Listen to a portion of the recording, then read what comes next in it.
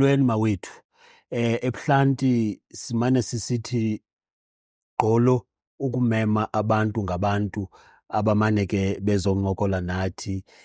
Sike sanalo nexesha lokujikeleza eSouth Africa siba yiphathi yemarch ze-sex workers at some point.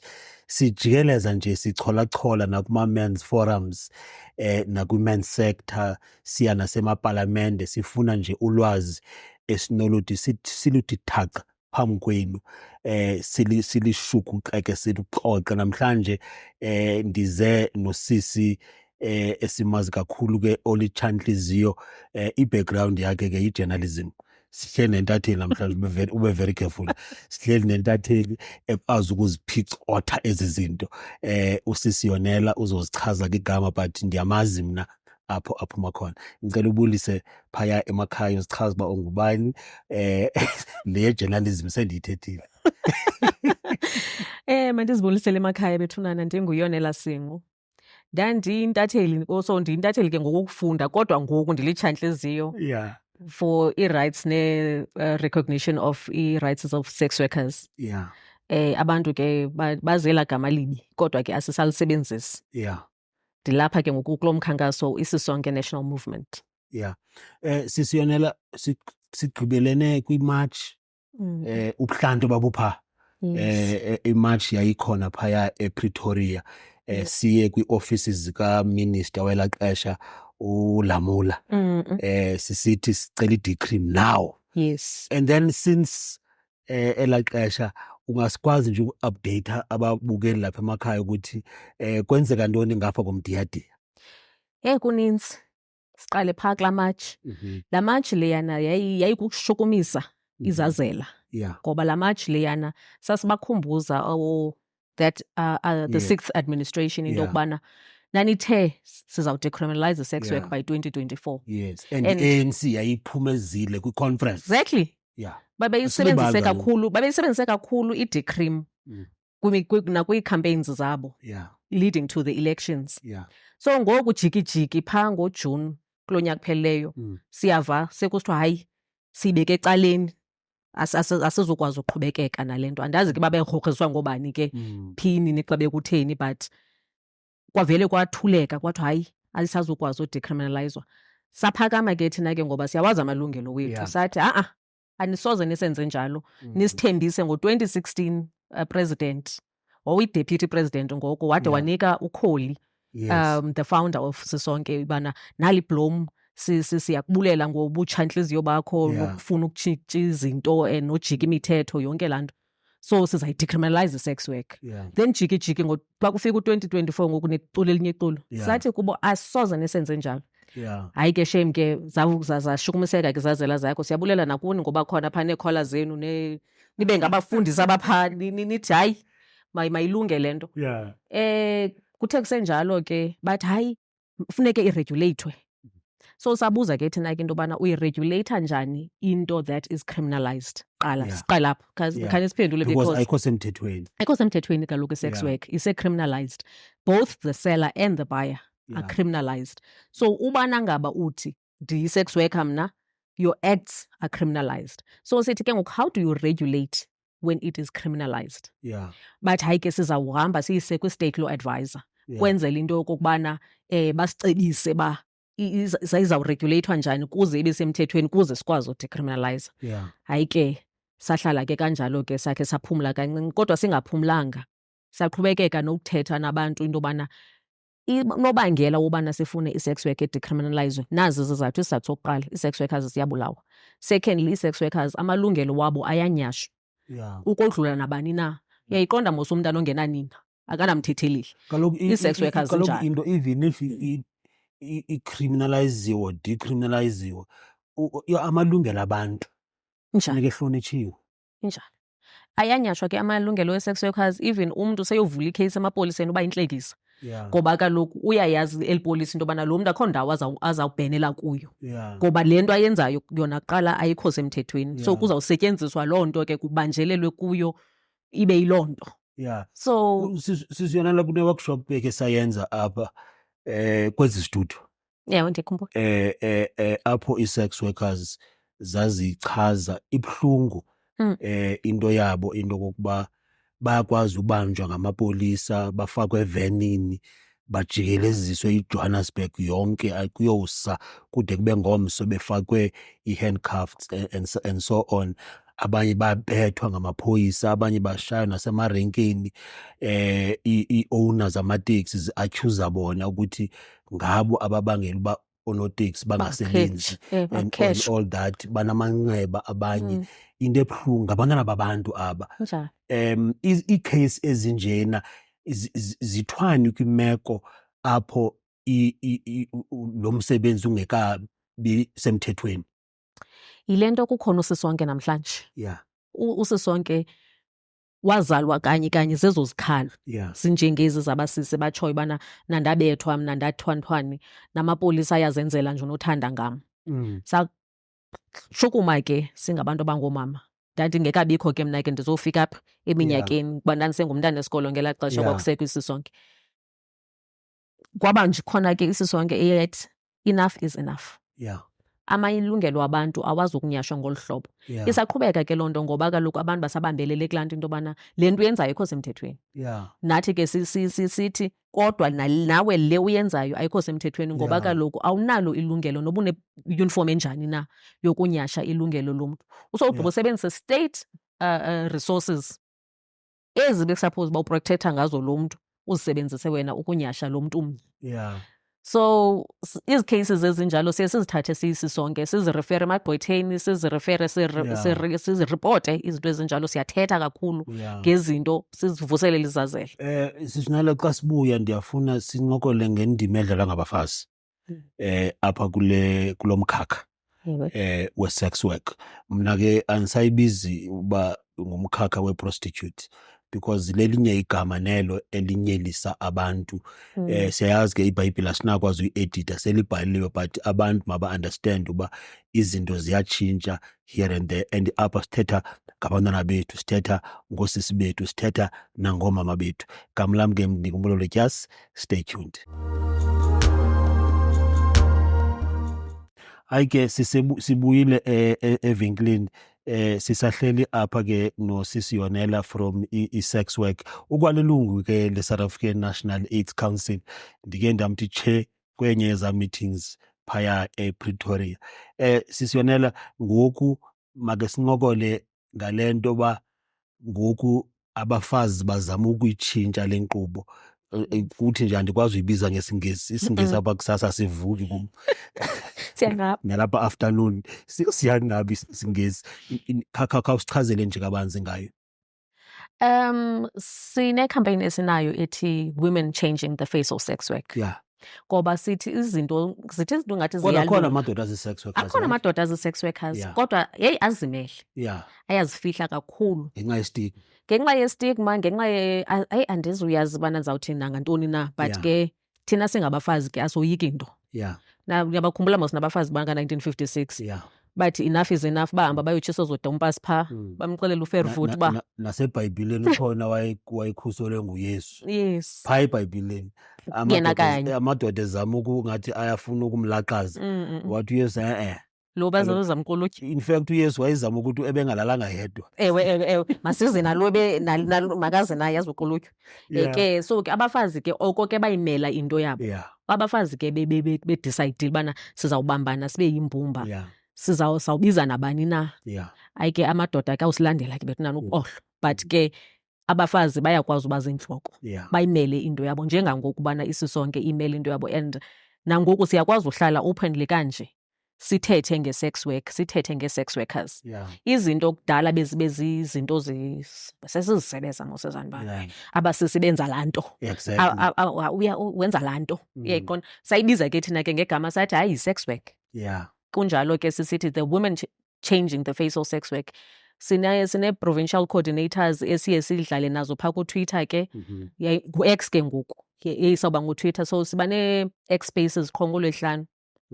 Ekuseni. Ni-create enye movement or iseyiphathi esisonke? No, iseyiphathi yesisonke. Okay. But sithi sivuselele izazela kaphinde. Yeah. Ngoba kaloku kufuneke sihlale sithetha ngezinto ukwenzela uba abantu bangazolibala.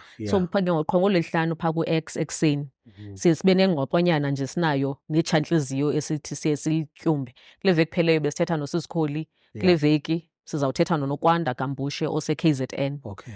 Naye ozobe vuselela izazela into yokubana ii-sex workers ngabantu, ii-rights zee-sex workers mazihlonitshwe, ii-sex workers mazihlonitshwe. Ngoba kaloku ukhona umntu phaa otya imilimili ethengwe ngale mali yale sex work.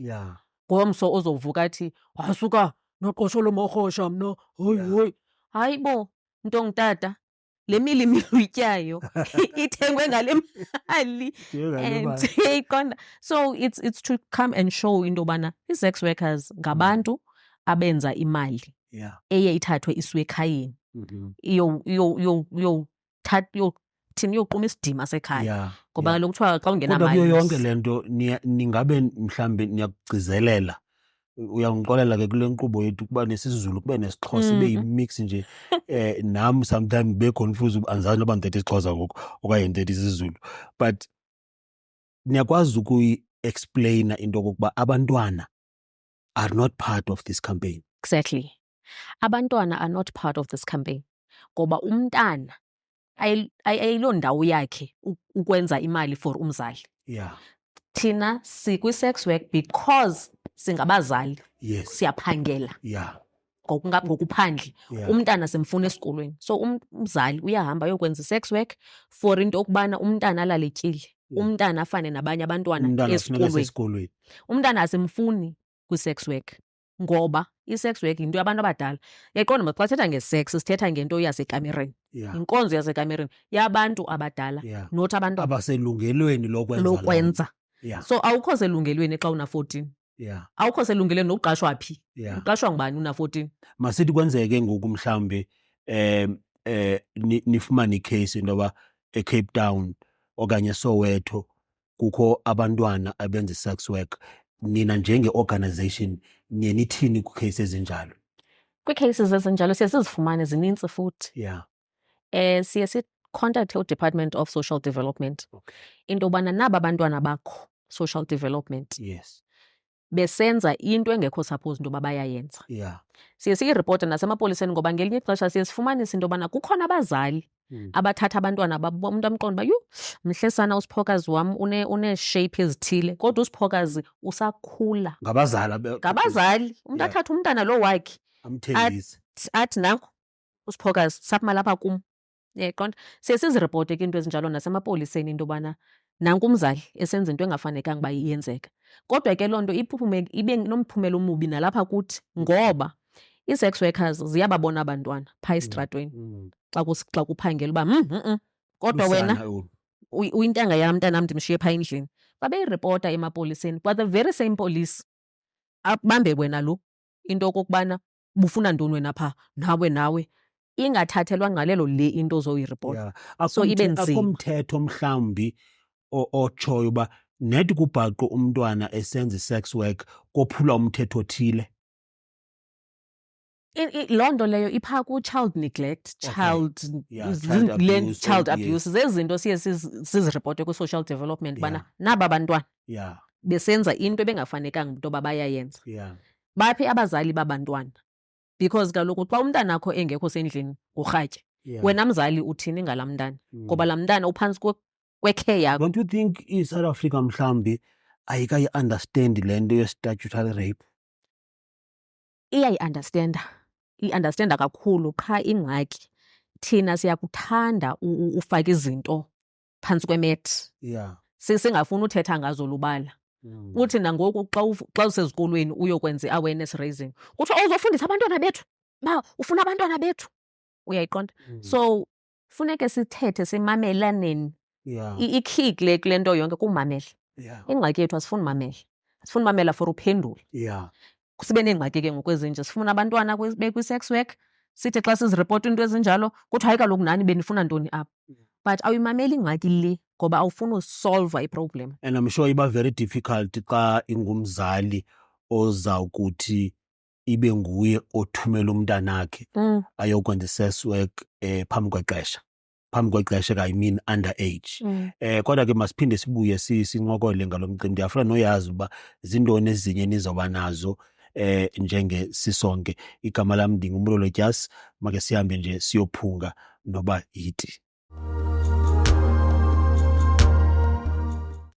Sibuyile ke bendithe siyophunga iti. Sisiyonela kukho into apha because ndiyafuna siyigqibezele le nto yabantwana ngoba ixesha elininzi asiye sithethe ngezinto zabantwana. Ngabaphi abona abantwana ba-vulnerable kakhulu enibafumana besezitratweni bethengisa umzimba? Okay, masibuyele kule ndawo yothengisa ngomzimba. Yeah. Umzimba uthengiswa. Okay. Apha abantu bathengisa i-service. Okay. Qonda. So xa uthengisa umzimba by ngomso kuzobe kungekho nto ishiyekileyo ngawe. Yeah, so sithengisa i-service. Yeah. Qonda ngesilungu ke bathi you are rendering a service to someone. Ufana nomuntu oflehayo. Because xa uthengisa umzimba uthi kulo mntu ndi-own. Okay. Yayiqonda iqale ke ngone-gender based violence ngoba kaloku ndikuthengile. Property yam. Yes. So ufana nje nomuntu ofleha inwele. Toto ndilibize ligama so that sizocacisa. Ufana nje nomuntu ofleha inwele. Laa mntu lowana uyakufleha uhambe. Ugqiba kwakho umnika imali yakhe. Nakwi-sex work ke kungokunjalo. Qha ke lena ke into eyasekhosini, into yasekamereni, yinto yabantu abadala. Abantwana ke baba vulnerable kakhulu, abantwana abangenabazali. Fumanisa ubana umakazi apho othile uzothe xa kugqitywa ungcwatywa athi hayi ndizamthatha usiphokazi bethunana ewe. Kanti uyayazi uba xa ifika phaa eRhawutini uzawumenza ntoni usiphokazi. Usiphokazi wabantu shame afike eRhawutini alahlelwe ke kwii-wolves. And xa befika kweli Rhawuti akuphangelwa apha. Ndike ndibona abantu bacinga xa kuziwe eRhawutini inene igold ayisekho. Igold. Yes. Igold ngumntu and ke ngoku kukhona abantu ke baye baqonda ubana nantsi igold yam lolusana. Singabazali ke bekufuneka ubana ke singabantu abangoomama khe sibe nenimba. Ube nenimba ngumntana wakho. Uba ibingumntanakho ubunoyenza nale nto. Because I think eligama lika-human trafficking liqala kuloo ndawo. Because one lo mntu akanasay, akanakwazi ukuthi hayi angayothuna kwelinye ilizwe for that matter. Oko ebemke ngoko because lo antu uhlele endlini nguye lo obenefithayo. So iba buhlungu ke xana iinimba zethu ke singabantu abangoomama zaphela. Umntu abenenimba kumntana wakhe kuphela. Sidibane ke neentsana ke ngoku ezi kufuneka sizithathe sizise ku-social development. Sifumanise uba tyhini lo mntu ebethe uzomkhathalela lo mntana uyapeya. I-foster care grant for lo mntana. Kodwa lo mntana okwayemthathe wayomjula kuloo ndawo amjule kuyo. So le mali lo mntana kuthiwa makayoyenza yile iza kongeza phezu kwale foster care grant. Zizinto ke ezo siye sizisondeze kakhulu ku-social development. And u-previous deputy minister uHenrietta was very vocal about those things and she was very much involved kwinto yabantwana ne-sex work. Ngoba kaloku besinkqonkqoza phaa emnyangweni wakhe ngoba kaloku xeshikweni phaa phambili abantwana bee-sex workers bebethathwa. Uthi wena xa ufika ekuseni ngoku abantwana bekho hayi bapha abantwana child neglect. Sibe sisithi ke mama ke uthini ngaba sibadibana nabo thina phaa ezitratweni phaa ngobumnyama ngokurhatya. Yintoni libangela because beke sayincokola okay kule ka-deputy minister mhlambi apha phakathi enyangeni sizanidibanisa nalo deputy minister ukhoyo kuzawuba nentlanganiso yamadoda phaa e-Union Buildings.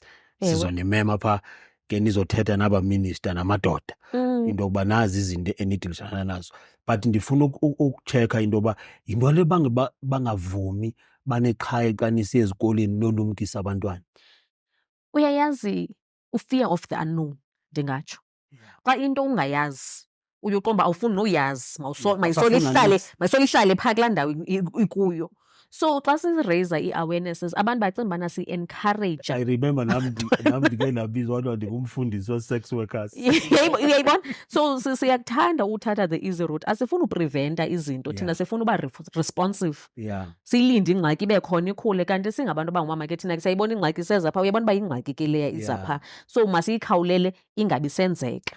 So ke ngoku sifumane ke ngoku into yobana abantu banalaa nto into yobana once uqalise uthi abantwana mabangayenzi into ethile, abantwana makungathi kuthiwe hayi ndizofundisa abantwana. Abakakuva noba uzothini. Abakakuva nobana uzoxela ntoni. Kodwa ke sebeyazi because kaloku they have preconceived ideas Yeah. and they have those you know And those abantwana bahlala kwi-internet. abantwana bahlala kwi-internet. Abantwana bahlala kwi-internet emakwabo kune-Wi-Fi and Hle. ezingubeni abantwana bahlela until 2 a.m. ebukele ezi zinto. Umzali akana-idea. Kayazi. And then xa efundisa umzali uzawuxhathisa because iba ngathi umntana kuyaqala uyiva le nto kanti kudala umntana eyazi Kudala anyway. eyazi. And uyayenza. Yeah. Ubhetere xa usithi kudala eyazi. Uyayenza. So zindoni challenges zesisonke because I'm very much sure ukuthi as an organization mhlambe at some point you are going through some difficulties especially in terms of implementing your programs. I've been there. Ndambona uDeputy President wokuqala elauncha i-strategic plan se-sex workers. I was there. uComrade uCyril Ramaphosa wafika uDeputy President wesibini wenza same thing. Wafika owesithathu naye uyapromisa kude kube nini nihlala naba bantu. Deputy Minister Andrete Bogopane Zulu naye ebekhona nixhasa niyile na ku-Deputy Minister of Justice. Yes. U-Andri Nel. John Jeffrey. Yes, yes. John Jeffrey Ngoko. Yes, niyile nakuye. Kanti kuzawude kube nini nithethe into enye with lawmakers but akuna action. Uyabona ndiye ndithi xa into ingazukubhenefitha wena okanye into usacinga uba nayo ikuchaphazeli. Yeah. Uyurhuqa iinyawo xa kuthiwa makwenziwe. Yeah. Ideske into ukubetha apha entloko. Yeah. Uyive ke ngoku apha kuba ibuhlungu kanjani. Yeah. I-challenge yokuqala esinayo is resources. Yeah. Ii-funders asafuna ufanda i-policy reform. Yeah. Because kaloku ayikho rapid, ayikho instant. Yeah. Even when you are reporting, awuzoreport izdeaths bana ii-sex workers eziyi-20 zitheste positive for HIV. Yeah. Sifuneke sithi hayi sisezaya kwi-meeting ethile hayi sisezawuthi And hayi kuphela iminyaka sithetha into enye. Uyabona. And iyacotha ingalo mthetho ke kudla ngothiwa inde. Yeah. Inde ke nyhani because siye sifuneke And ingathi izawuba siyojonga. the worst apha kwi-Government of National Unity. Hey.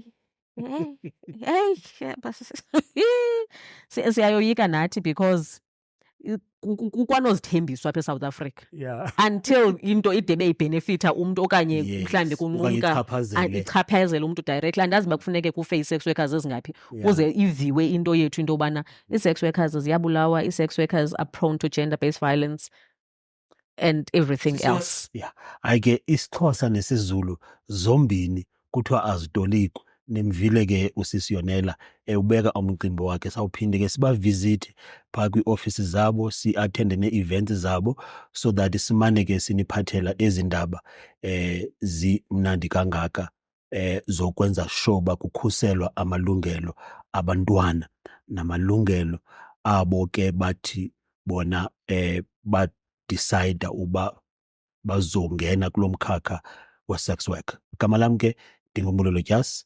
Mangithi nje nonke emakhaya ncinzelele.